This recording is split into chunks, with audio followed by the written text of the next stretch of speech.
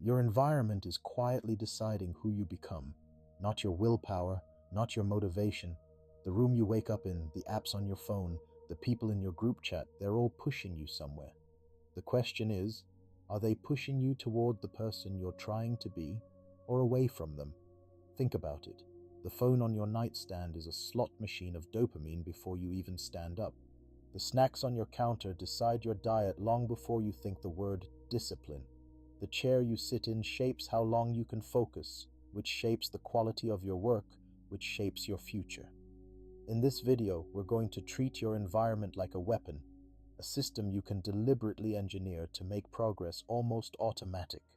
By the end, you'll know exactly how to design your surroundings so that winning becomes the easiest option in the room. Here's the big idea: your environment is not neutral. It constantly nudges your behavior, usually without your permission.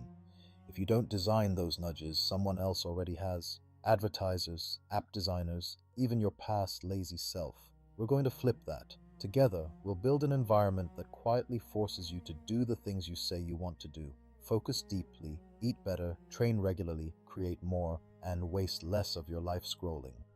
We'll break it down into simple, practical layers: your physical space, your digital world, your social circle, your schedule, and even the stories you surround yourself with.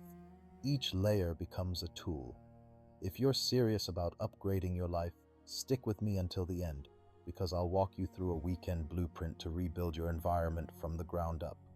And if you like content like this, consider subscribing and hitting the notification bell so you don't miss the next deep dive.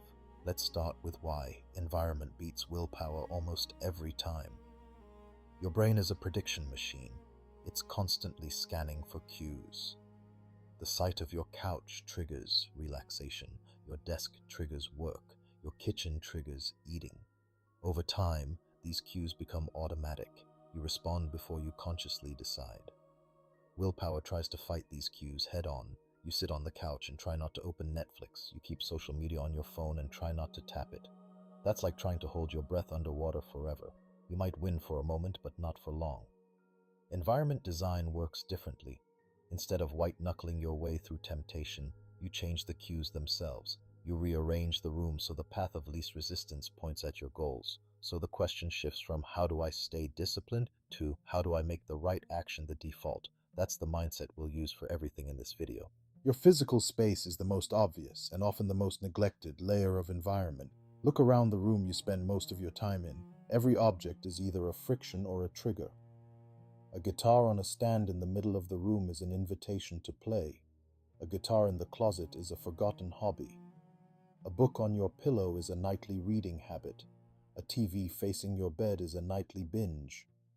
First rule: make wanted behaviors physically easy and unwanted behaviors physically annoying.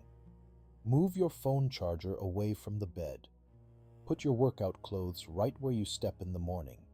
Keep healthy food visible and junk food hidden or absent. Second rule: reduce visual noise. Clutter drains attention.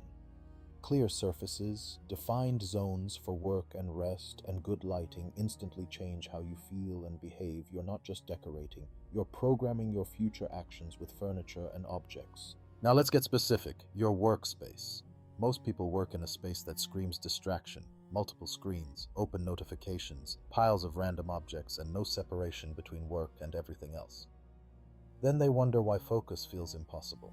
Design a cockpit, not a junk drawer. When you sit down, the environment should say one thing: this is where we do deep work.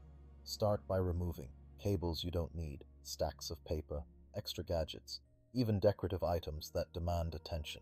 Then add intentional anchors: a single primary screen, a notepad, one pen, and whatever tool you truly need for the current task. Create physical boundaries. If possible, have a specific chair and desk used only for focused work. Your brain will start associating that spot with concentration. Finally, adjust lighting and ergonomics. Good chair, proper screen height, warm side lighting.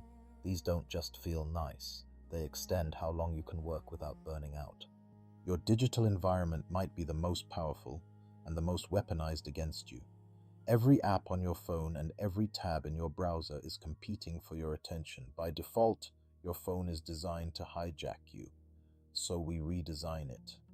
First, ruthless pruning. Delete apps that don't serve a clear, meaningful purpose. Social media, games, random news. If it doesn't directly support your goals or well-being, it's gone or moved off your main device. Second, create friction. Log out of distracting sites. Remove them from your home screen. Turn off non-essential notifications. Use grayscale mode during work hours to make your phone less visually tempting. Third, create a focus home screen, only essential utilities, and one or two habit-building apps like reading, notes, or training. Your laptop gets the same treatment. One browser window, minimal tabs, and tools like website blockers during deep work. You're not weak. Your current digital environment is just extremely efficient at stealing your attention. Time is also an environment, a landscape you move through each day. If your calendar is an unpredictable mess, your behavior will be too. To weaponize your time environment, you design repeating containers for your most important actions. Start with anchors, fixed points in the day that don't move easily. Morning wake time, deep work block, workout block, shutdown routine. Treat these like appointments with your future self. Then, protect them. Put them on your calendar. Set alarms. Let people around you know these blocks are non-negotiable. You're creating temporal walls that shield your priorities from chaos. Within those blocks, reduce choice. Don't ask, "What should I work on?" Decide ahead of time. When the block starts, you already know the specific task. When time is unstructured, distractions rush in to fill the vacuum. When time is pre-shaped, your environment gently guides you into the right behavior without constant decision-making. Your social environment might be the most emotionally loaded and the hardest to change, but it's non-negotiable if you want to win. Humans mirror each other. We copy habits, language, even ambition. If your closest circle normalizes complaining, drifting, and numbing out, you'll feel weird for trying to grow. Designing your social environment doesn't mean instantly cutting everyone off. It starts with simple math. Spend more time around people who embody where you want to go, and less time around people who pull you away from it. Look for 3 types of people: peers who are on the same path, mentors who are ahead of you, and learners you can help. This triangle stabilizes your growth. Use environment tricks here too. Join groups, classes, or communities where the default behavior is the behavior you want: reading, training, building, creating. Let the room do half the work. Your standards are largely a reflection of the people you surround yourself with. Some environments are invisible but extremely powerful, like information. What you regularly consume becomes the mental wallpaper of your life. Podcasts, news feeds, YouTube recommendations, books, group chats. They shape what you think is normal and possible. If your inputs are mostly outrage, gossip, and entertainment, don't be surprised when your thoughts feel scattered and your goals feel distant. Weaponize your information diet. Curate a small set of high-quality sources that support your direction.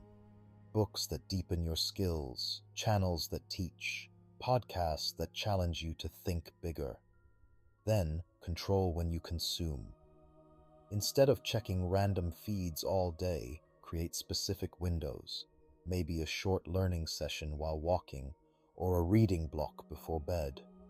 You're building a mental environment where your default background noise is aligned with growth, not distraction. Over months, this quiet shift in inputs rewires what you consider typical and what you consider unacceptable for your own life. Now we combine everything into a simple rule: reduce friction for what you want, increase friction for what you don't. Friction is anything that makes an action even slightly harder. Walking across the room, entering a password, chopping vegetables, putting on shoes.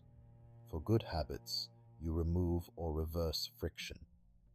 Lay out your workout clothes. Pre-pack your gym bag. Keep your journal open on your desk. Save your project file so it opens directly to the next task. For bad habits, you add speed bumps. Put junk food on the highest shelf. or don't buy it. Log out of addictive apps or uninstall them. Move your TV remote to a different room. Turn off autoplay. The goal isn't perfection. It's to make your future tired self more likely to stumble into the right action simply because it's easier than the alternative. Over time, those friction tweaks compound into a massive behavioral shift without relying on endless motivation. Let's walk through a quick example of environmental redesign. Your morning. Imagine two scenarios. In the first, you sleep with your phone next to your bed. You wake up, check notifications, scroll for 20 minutes, get out of bed late, rush breakfast, and start the day already reactive. In the second, you move your phone to another room. You use a simple alarm clock. The night before, you set a glass of water, your journal, and a book next to your bed. When you wake up, the path of least resistance is drink water, sit up, write for a few minutes, read a few pages, then get moving. Same person, same willpower. Completely different environment. Design the second scenario. It doesn't require perfection, just fewer steps between waking and the version of you that actually shows up for your life. Now apply the same thinking to your evenings, because tomorrow's environment is built the night before. Before bed, do a 5-minute reset. Clear surfaces, put things back in their places, set out what tomorrow's winning you will need. Clothes, packed bag, filled water bottle, opened notebook, a clear task list. This turns your entire home into a silent coach. When you wake up, you don't negotiate with yourself. You just follow the script. The environment is already running. Also, protect your sleep environment. Dim the lights an hour before bed. Get screens out of the bedroom, or at least off the bed. Make your room slightly cooler. Reserve the bed for sleep and maybe reading, not endless scrolling. You're telling your brain, this room equals rest and reset. A powerful life is built on boring, repeatable systems. Your nighttime environment might be the most underrated system of all. What if your current environment feels impossible to change? Maybe you have roommates, a small space, or a demanding job. You don't need perfection. You need zones and micro-environments. Carve out small, protected pockets, a single corner of a room that is only for focused work, a specific chair where you only read, a backpack that's always packed with your tools, a browser profile that's only for deep work. Use time zones too. Maybe your house is chaotic at night, so your quiet environment is 6 to 8 a.m. with noise-canceling headphones and a simple setup at the kitchen table. Communicate with people around you. A pair of headphones, a closed door, or a simple sign can signal focus time. You're looking for leverage. Small changes that create outsized impact. Even in the messiest situations, you can create tiny, consistent spaces where the best version of you is more likely to show up. Let's zoom out and lock in the key ideas. First, your environment is not background, it's the steering wheel of your behavior. If you don't design it, it will design you. Second, willpower is overrated. Instead of constantly fighting temptation, change the cues. What you see, what you can reach, what's one tap away. Third, think in layers. Physical space, digital tools, time structure, social circle, and information diet. Each layer can either drag you down or quietly push you forward. Fourth, use friction strategically. Make good habits easier and bad habits harder through placement, visibility, and tiny barriers. Fifth, remember you don't need a perfect life overhaul. Start with one room, one routine, or one device. Let the wins compound.